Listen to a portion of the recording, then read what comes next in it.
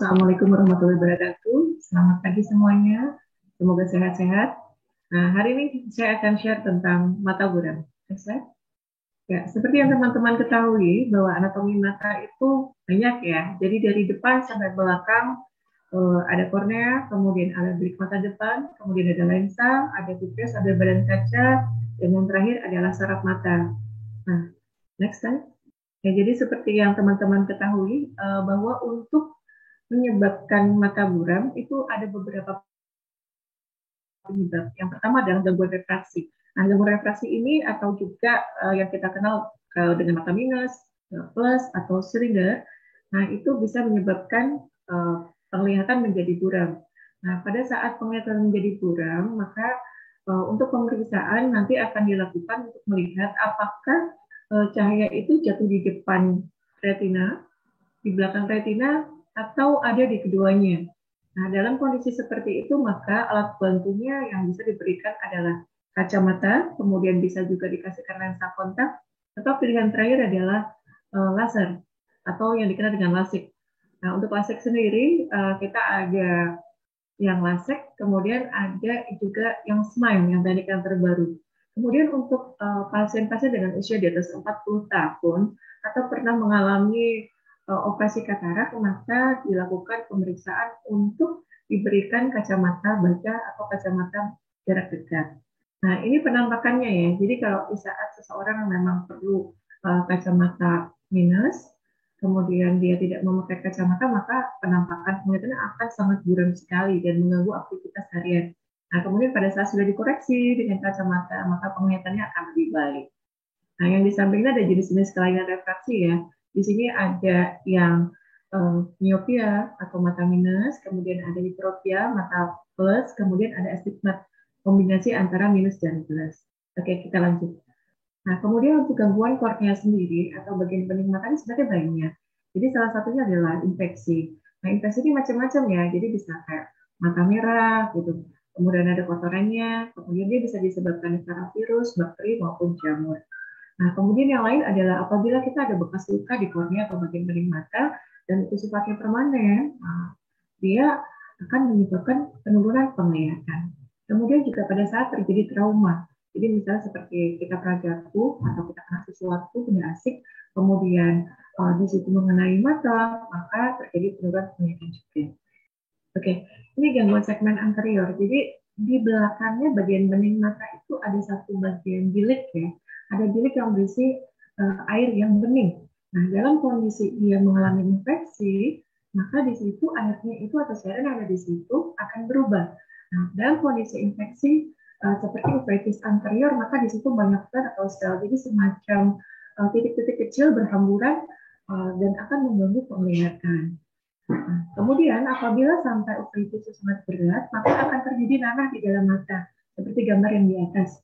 Nah, jadi di bagian bawah itu ada warna putih itu adalah kumpulan dari sel atau sel yang akhirnya menjadi deposit dan itu disebut dengan pus ya. Itu adalah hipopion.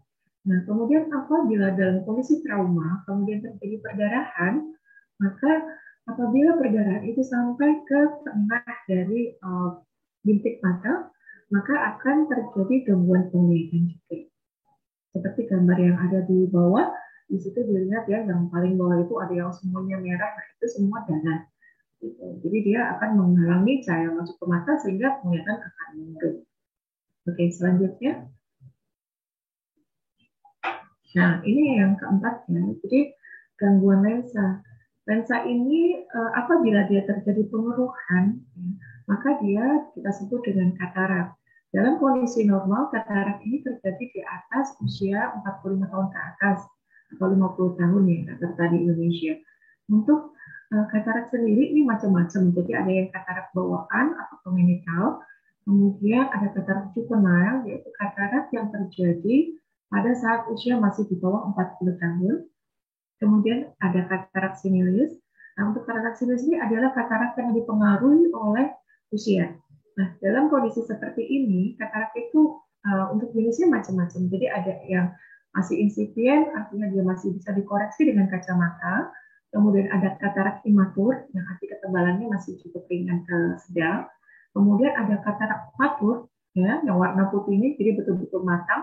Kemudian ada katarak hipermatur, seperti gambar di sebelahnya, di mana sebagian dari korteks itu mencair, sehingga lensa yang intinya itu turun, jadi seperti gambaran seperti bulan sabit.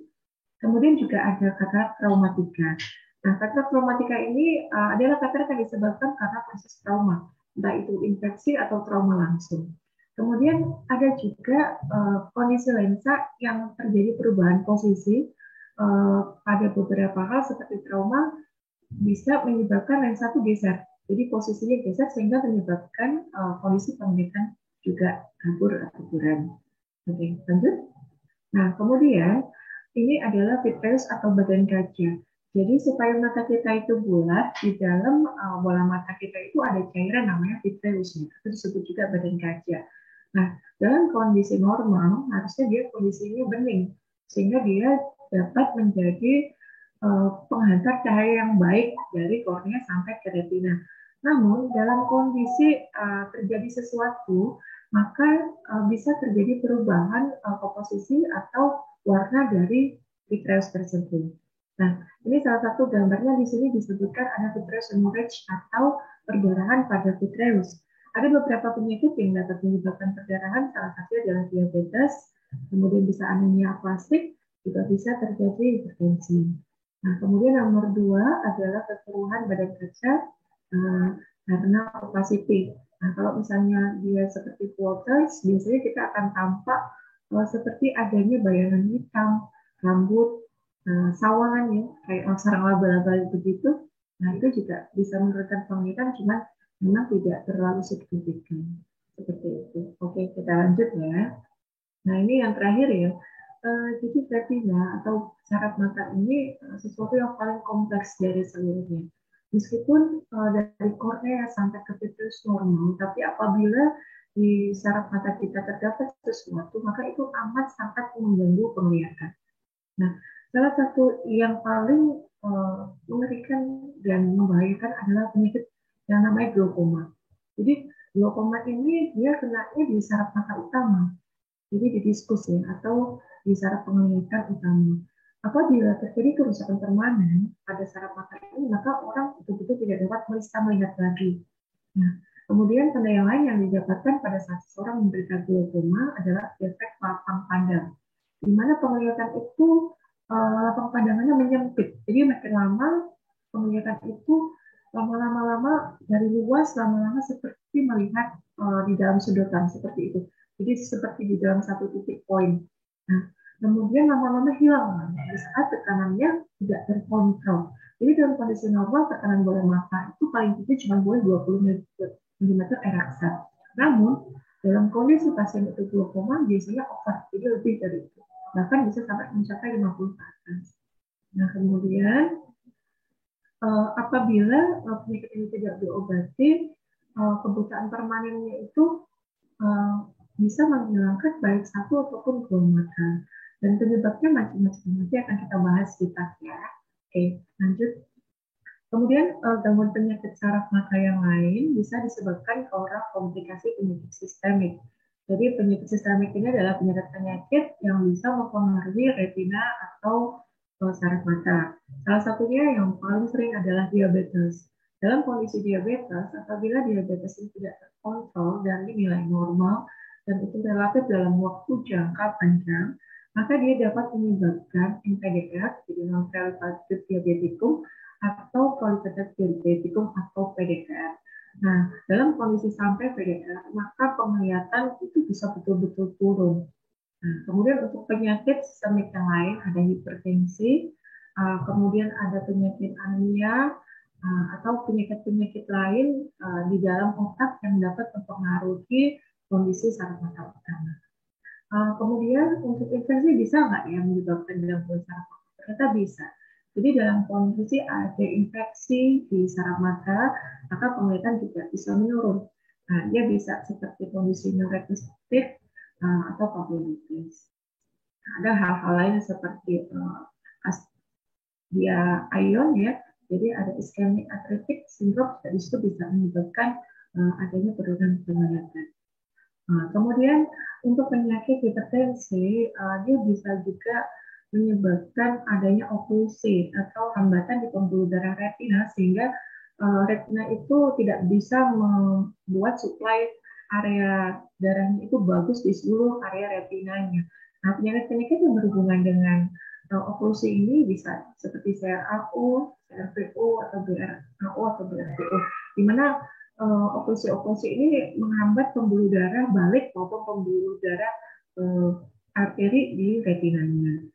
Nah, kemudian yang lain bisa juga berupa kelainan bawaan yang terjadi di retina. Jadi misalnya seperti retinitis pigmentosa, jadi satu kondisi penyakit di mana terdapat gangguan red gangguan di retina sehingga terjadi penurunan penglihatan terutama pada saat senja seperti itu. Nah, ini adalah seluruh penyakit yang sedikit banyak banyak di masyarakat kita. Nah, nanti akan kita bahas bersama. Ya, oke, terima kasih. Sekian dulu pemaparan saya. Kita lanjutkan dengan sesi tanya jawab ya. Oke, terima kasih.